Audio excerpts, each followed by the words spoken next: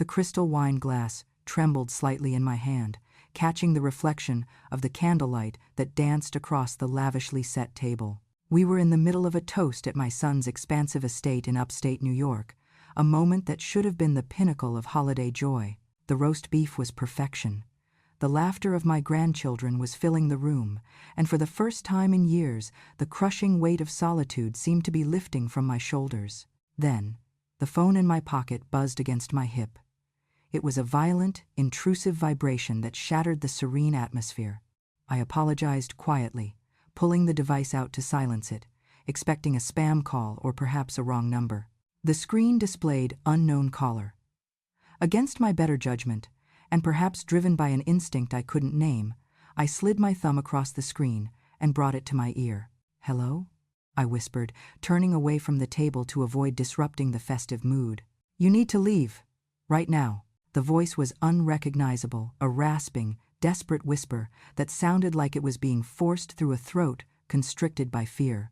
It sliced through the warm silence of the dining room like a serrated knife. "Excuse me? Who is this?"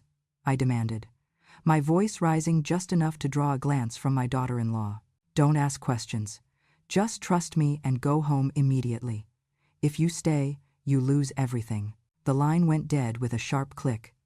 I stood frozen, the phone still pressed to my ear, the dial tone humming a monotonous note of warning. A chill that had nothing to do with the winter draft swept up my spine, paralyzing me.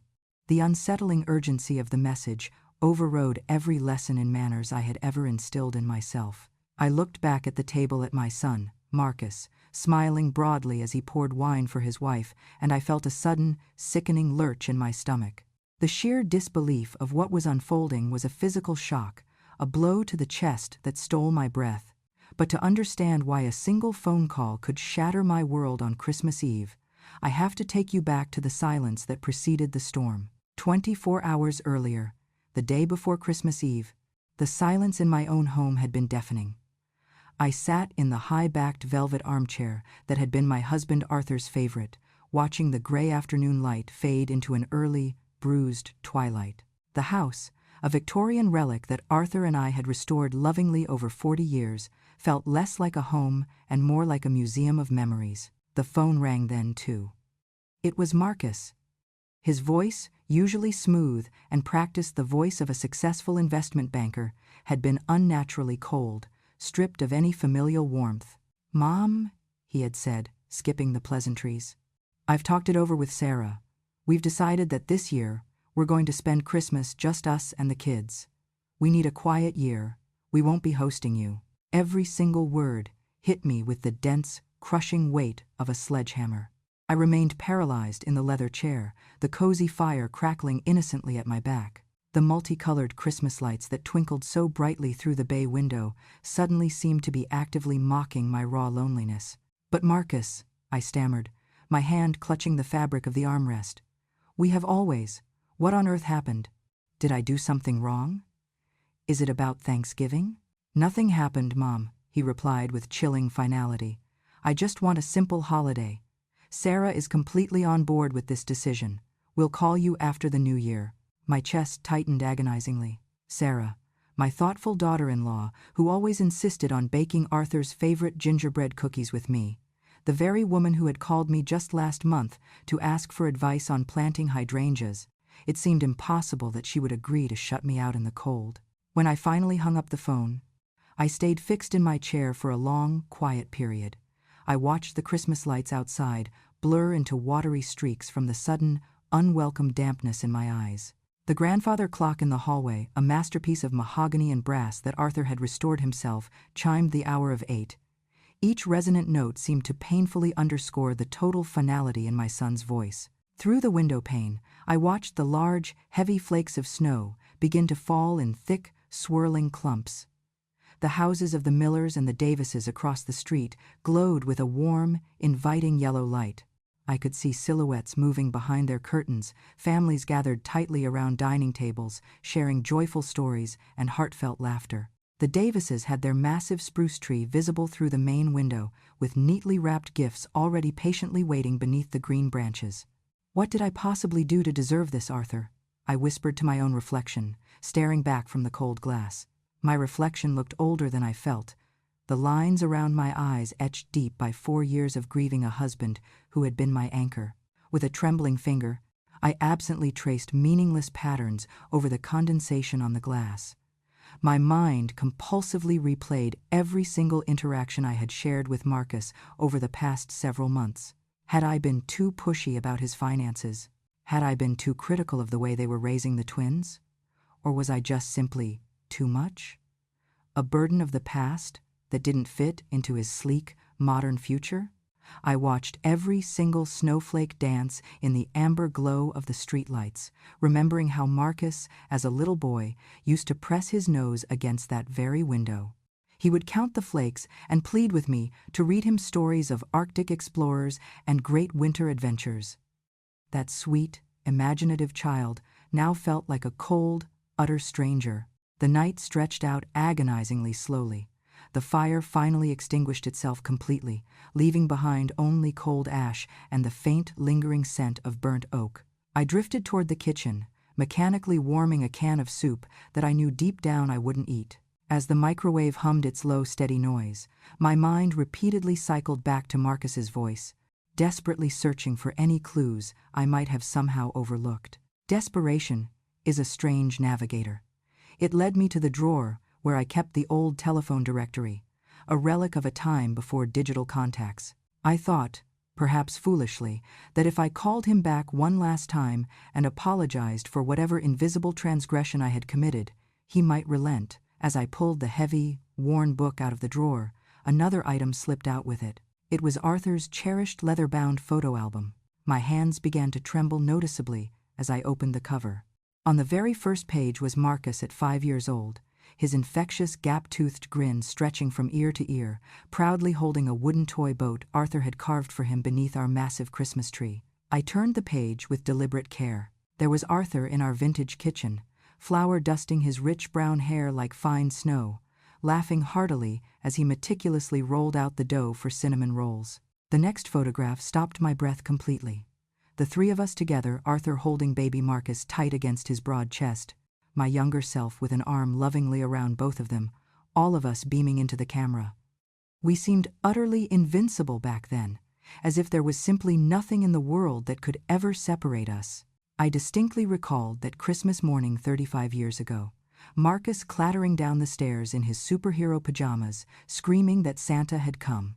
Arthur was making his renowned dark roast coffee, while I feigned surprise at the sheer volume of presents. When did that sense of wonder truly die? When did my beautiful boy morph into this cold, distant stranger who viewed his mother as an obligation to be discarded? I flipped through more pages. Each subsequent photograph was a small, agonizing knife twisting deeper into my gut. There was Arthur's last Christmas, 4 years ago. The pancreatic cancer had already severely weakened him, stripping the muscle from his frame, but he still stubbornly insisted on carving the turkey himself. Marcus had visited for only 2 hours that year, always glancing at his phone, inventing new excuses about merger meetings and client demands. "Evelyn, you have to keep the family together," Arthur had whispered to me during his final week, his eyes clouded and unfocused from the medication. "Promise me you won't ever let the distance grow between you and Marcus. He is lost, Evie. He needs you, even if he doesn't know it." I had solemnly promised him. Had I failed that promise so completely? The microwave beeped with sharp insistence, but I barely heard it. Nothing mattered at all except these frozen moments in time where we had been truly whole. I closed the album gingerly, but I gently removed the photo of Arthur laughing in our kitchen. I placed it carefully on my nightstand, ensuring I could see his warm smile the very first thing upon waking. As I undressed for the cold night, Arthur's side of the bed seemed impossibly vast, a desert of pristine sheets. But tonight, it felt even more hollow, as if the unexpected loss of Marcus had somehow doubled the isolation that already permeated these silent rooms. The morning of Christmas Eve arrived with a gray, lethargic light that struggled to filter through the half-closed curtains. It cast long, weary shadows across my breakfast table. The local newspaper lay folded neatly beside a bowl of rapidly cooling oatmeal. I habitually scanned the community news, a routine that grounded me. The electronic chime of the phone startlingly broke the quiet, causing my spoon to clatter against the ceramic bowl. After the rejection the night before, any unexpected call felt instantly like a mounting threat. I checked the caller ID with noticeably trembling fingers, and my heart instantly accelerated upon seeing Marcus's name. "Hello," I answered, my voice sounding far more cautious than I had intended. "Mom?" This time, I noticed a tiny flicker of genuine warmth creeping around the edges of that single important word. "I truly want to apologize for the call last night," he said, the words rushing out. "I was completely out of line and wrong. I haven't been sleeping well." Relief flooded over me with such dizzying speed that I had to firmly grip the edge of the table to keep myself steady. The world tilted back on its axis. "Son, I am so incredibly relieved you called. I was honestly worried I had done something terrible." "No, Mom, you did nothing wrong at all," he assured me. "I was just so stressed about the market closing and the quarterly reports, and I took it out on the wrong person." Sarah actually sat me down and reminded me how fundamentally important our family traditions are. "We want you to come to Christmas dinner after all." "Tonight?" "Christmas Eve dinner. Of course. I'll be there," I instantly replied, joy bubbling up inside me like effervescent champagne, drowning out the lingering doubts. "I'll prepare Arthur's famous beef Wellington. I already bought the tenderloin just in case." "That sounds absolutely perfect." "Please bring everything you usually make," he said. And then there was a noticeable pause, a beat of silence that felt heavier than the rest. "Sarah is really excited," he continued. "The twins have been asking incessantly for more stories from Grandma Evelyn." Something about his sudden, intense enthusiasm sounded strangely rushed. It was almost as if it had been rehearsed, like he was reading from a required script written by a poor playwright. "Marcus, what made you suddenly change your mind so fast? Yesterday, you seemed so completely certain." "I simply realized my mistake." "That's all it was," he answered, his words stumbling over my question. "I have to go now. Work calls. We'll see you tonight around 6. Don't be late." "Wait, son. Can we just—" "I love you, Mom. See you soon." The call abruptly disconnected. I was left holding the phone, staring at it as though it might magically yield answers. For a brief moment, pure, unadulterated joy coursed through my veins. Christmas was saved. My family was restored. But in the heavy silence that followed, doubt began to filter in, cold and insidious, like drafty air through a cracked window pane. Something in Marcus's voice hadn't sounded quite right. The actual words were correct. The apology was appropriate, but the delivery felt hollow and mechanical, as if he were merely checking off items from a predetermined list to achieve a specific outcome. "Perhaps I'm just overthinking this," I murmured to Arthur's comforting memory as I continued my morning routine. Dishes in the sink, newspaper sorted for recycling, mug rinsed clean, yet that uncomfortable feeling only grew stronger. Marcus had actively avoided any attempt at a deeper conversation, fleeing the phone as if he genuinely feared awkward questions. Regardless of the gnawing anxiety, I had a mission. The next 6 hours were a blur of fierce determination. I moved through my kitchen with the precision of a surgeon. The beef Wellington was not just a meal, it was a legacy. Arthur had taught me the recipe during our first year of marriage. The mushroom duxelles had to be dry enough, the prosciutto wrapped tight enough, and the puff pastry chilled to the exact right temperature. "Arthur, I truly hope I remember this correctly," I whispered to his photo on the windowsill as I seared the beef tenderloin. "It must be perfect." By 5 p.m., I was dressed in my best deep green velvet dress, my pearls Arthur's 30th anniversary gift cool against my skin. The Wellington was wrapped and ready in the insulated carrier. The gifts for the twins, a telescope for Leo and a painting set for Mia, were packed in the car. As I backed my sedan out of the driveway, I glanced at my house. It stood dark and silent, save for the porch light. A sudden, irrational urge to run back inside and lock the door seized me. I shook it off. This was paranoia, nothing more. I was an old woman afraid of her own happiness. The drive to Marcus's estate took 45 minutes. He lived in a gated community where the houses were less like homes and more like fortresses of wealth. The driveways were heated, the lawns were manicured even in winter, and the silence was expensive. When I arrived, the house was a beacon of light. Every window was ablaze. As I stepped out into the biting cold, the front door swung open. Sarah stood there, looking radiant in a red silk dress, though her eyes seemed tired. "Evelyn, thank goodness you made it," she exclaimed, hugging me tightly. "Let me take that heavy carrier." We moved into the foyer, which smelled of pine and expensive cologne. Marcus appeared from the living room, a Scotch glass in his hand. He looked impeccable, but there was a sheen of sweat on his forehead that the cool air of the house couldn't explain. "Mom, you look great," he said, kissing my cheek. His lips were cold. "I'm glad you came." "I wouldn't miss it, Marcus. You know that."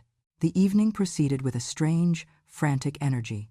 The twins, Leo and Mia, were delighted with their gifts, but Marcus kept ushering them away, checking his watch repeatedly. He was constantly checking his phone, jumping at every notification. "Is everything all right with work, Marcus?" I asked during appetizers. "Fine. Just market volatility. You know how it is," he snapped, then forced a smile. "Let's not talk shop." Dinner was served. The Wellington was unveiled to appropriate oohs and ahs. We raised our glasses. That was the moment the toast where the phone in my pocket buzzed. "You need to leave. Right now." The warning from the stranger echoed in my head as I stared at my son. "Mom? Who was that?" Marcus asked, his voice sharp. "Why do you look so pale?" I stammered, my mind racing. It was a wrong number, but they sounded distressed. "Ignore it," Marcus said, dismissing it with a wave of his hand. "Probably a robocall. Eat your beef, Mom. It's getting cold." But I couldn't eat. The voice on the phone had been terrified. "Trust me and go now." Trust who? Why? What possible catastrophic emergency would require such extreme urgency that a stranger would track down my private number on Christmas Eve? I looked at Marcus. He was cutting his meat with aggressive, sawing motions. He wasn't looking at me. He was looking at the clock on the mantel. 7:15 p.m. "I have to use the restroom," I said abruptly, standing up. "Are you okay?" Sarah asked, concerned. "Just a bit of dizzy spell. I'll be right back." I retreated to the powder room near the foyer and locked the door. My hands were shaking so badly I nearly dropped the phone. I looked at the call log. Unknown number. I couldn't call back. I stared at my reflection. The woman in the mirror looked terrified. My intuition, honed by 70 years of life, was screaming at me. Something was wrong. Not here, there, at my house. If you stay, you lose everything. I unlocked the door and stepped out. I didn't return to the dining room. I walked straight to the closet and grabbed my coat. "Mom?" Marcus appeared in the hallway, his face a mask of confusion that quickly hardened into anger. "Where are you going?" "I have to leave, Marcus. There's an emergency at home." "What kind of emergency?" He moved to block my path, his movements jerky. "Who called you? Was it the alarm company?" "No," I lied, my voice surprisingly steady. "It was Mrs. Miller across the street. She says she smells smoke coming from my house." For a split second, panic flashed in Marcus's eyes, not concern for my safety, but panic of a different kind. "Smoke? That's ridiculous.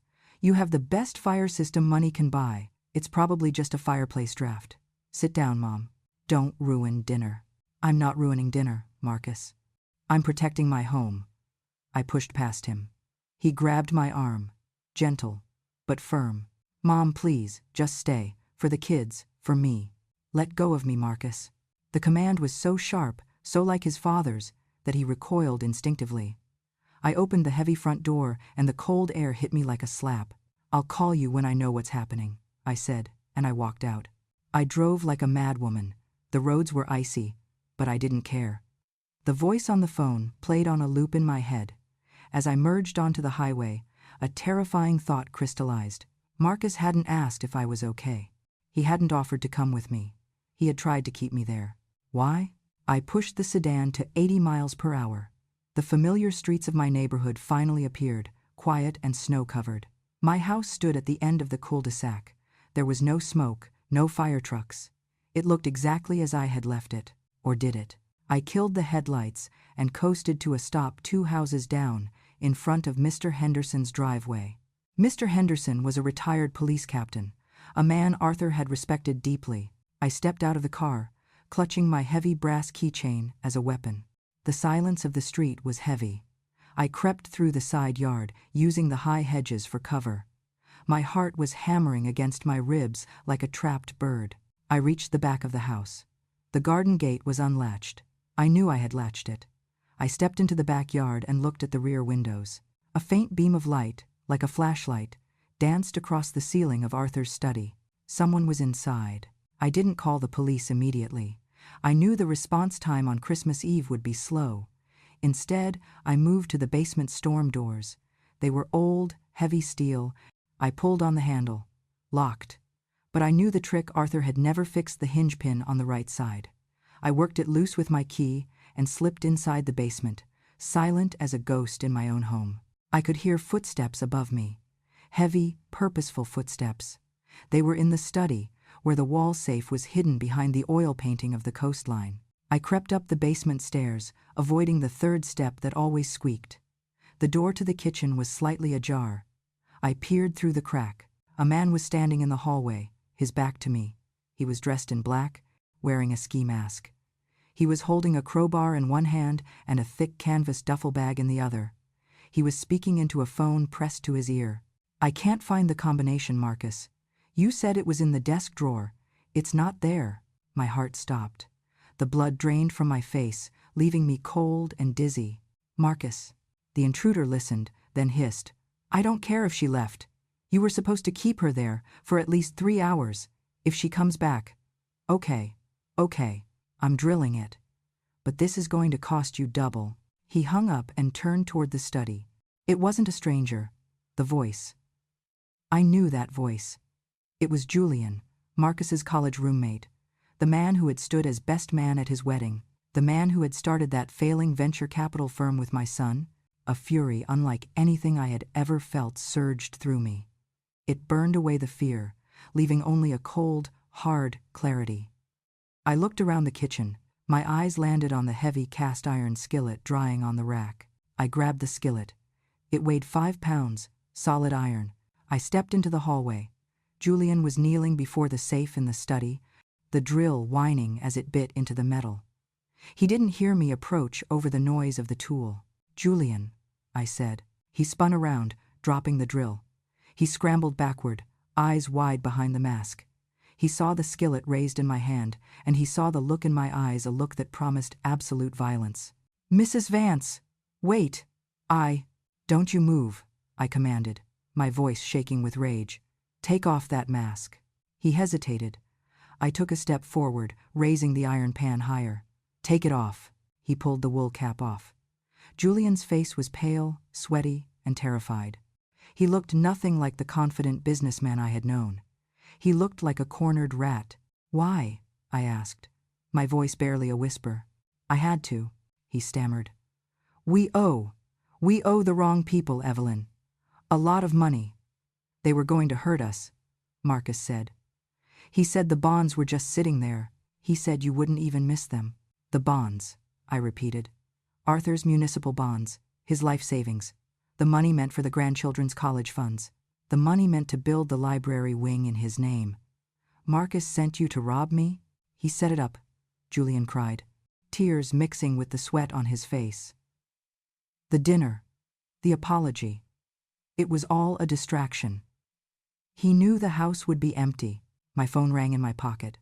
I pulled it out with my left hand, keeping the skillet trained on Julian. It was Marcus. I answered, putting it on speaker. "Mom, are you home? Is everything okay?" His voice was laced with a panic he was trying desperately to hide. "I'm looking at Julian, Marcus," I said coldly. The silence on the other end was absolute. It was the silence of a life imploding. "Mom, wait, let me explain. He has a drill, Marcus.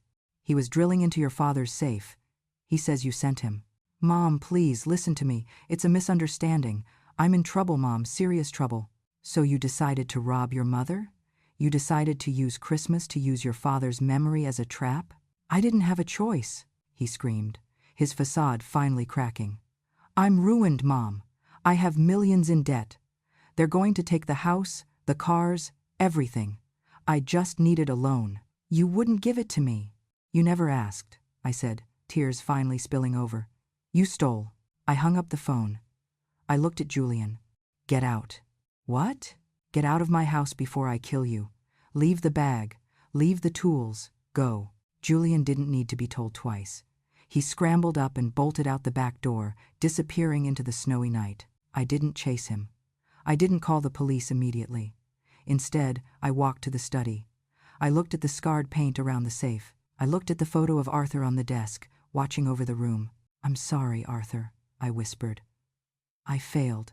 I sat in Arthur's chair for 10 minutes, gathering my strength. Then, I picked up the phone and dialed the police. I reported the break-in. I gave them Julian's name. And then, with a heavy heart, I gave them Marcus's name. An hour later, Mr. Henderson was sitting in my kitchen, pouring me a cup of tea while the officers finished their report. He had seen the police lights and come running. You're a brave woman, Evelyn, he said softly. I'm not brave, Frank, I replied, staring into the dark tea. I'm a mother who just lost her son. You didn't lose him tonight, Frank said wisely. You lost him a long time ago. Tonight, you just found out the truth. The drive back to Marcus's estate the next morning was the hardest journey of my life. The sun was shining on the pristine snow, a cruel beauty that mocked the devastation in my heart. I had documents with me, the police report, and a new document I had drafted with my lawyer at 8 a.m. When I arrived, the house looked different. It looked like a tomb. There were 2 police cruisers in the driveway. Marcus was already in custody. I walked into the house. Sarah was sitting on the stairs, weeping. The twins were nowhere to be seen, likely with a nanny or a neighbor. When Sarah saw me, she stood up, her eyes red and swollen. Evelyn, she choked out. I didn't know. I swear to God, I didn't know. I looked at her, searching for any sign of deception. I saw only heartbreak. She was a victim in this too. I believe you, Sarah, I said softly. Marcus was being led out of the study in handcuffs. He looked haggard, his expensive suit rumpled. When he saw me, he stopped. Mom, he croaked. Mom, please. Tell them it was a mistake. Tell them I had permission. You can fix this. I stared at the man who had once been the boy, with the gap-toothed smile. I searched for that boy, but he was gone. Consumed by greed. Consumed by the need to maintain an image of success at the cost of his soul. I can't fix this, Marcus, I said, my voice steady and clear. You broke it. Mom, I'm your son. And Arthur was your father. And you tried to steal his legacy to pay for your gambling and your lies. I pulled the document from my bag. This, I said, holding it up, is a restraining order and a copy of my revised will. Everything, the bonds, the house, the savings, is going to the street, Jude's Children's Research Hospital, and the Arthur Vance Scholarship Fund. You will not see a penny. Not now. Not ever. Marcus's face crumpled. He realized finally that the well had run dry. The officers nudged him forward. As he was let out the door, he didn't look back at his wife. He didn't look back at his house. He just stared at the ground, defeated by his own hubris. I turned to Sarah. She was trembling. He gambled it all away, she whispered. The house is mortgaged to the hilt. The kids' college funds, gone. I walked over to her and took her hands. They were cold. Sarah, listen to me. You are still family. You and the twins. You always will be. I have plenty of room in the Victorian. It's too big for one old woman anyway. Pack your things. Come home. She collapsed into my arms, sobbing. 3 months later, the snow had melted, giving way to the first green shoots of spring. I sat on my back porch, watching Leo and Mia chase each other around the garden. The old Victorian house was no longer silent. It was filled with the chaotic, beautiful noise of life. Sarah had filed for divorce and was slowly rebuilding her architecture practice. Using the guest room as a studio, we were healing. It wasn't easy. There were nights when I cried for the son I had lost, and nights when Sarah cried for the husband she thought she knew, but we were safe. I picked up the photo album from the table. I had put the picture of Marcus back in. I couldn't erase him, nor did I want to. He was a lesson. a painful scar that reminded us of what happens when we value things over people and image over integrity. Arthur's legacy wasn't the money. It wasn't the bonds or the stocks. It was the truth. He had always taught me that the truth was the only solid foundation to build a life on. Marcus had built his castle on sand, and it had washed away. We were rebuilding on rock. I took a sip of my coffee and watched the sun dip below the horizon. The phone rang inside the house. I let it ring. If it was important, they would leave a message. For now, I was exactly where I needed to be. The voice on the phone that Christmas Eve, I later found out it was Julian's ex-girlfriend, a woman who had overheard the planning and couldn't bear the guilt, had saved me. Trust me, and go now. I had trusted the warning. But more importantly, I had learned to trust myself, to trust that I could survive the betrayal, that I could stand alone if I had to, and that true family isn't defined by blood, but by the loyalty and love we show one another when the winter comes.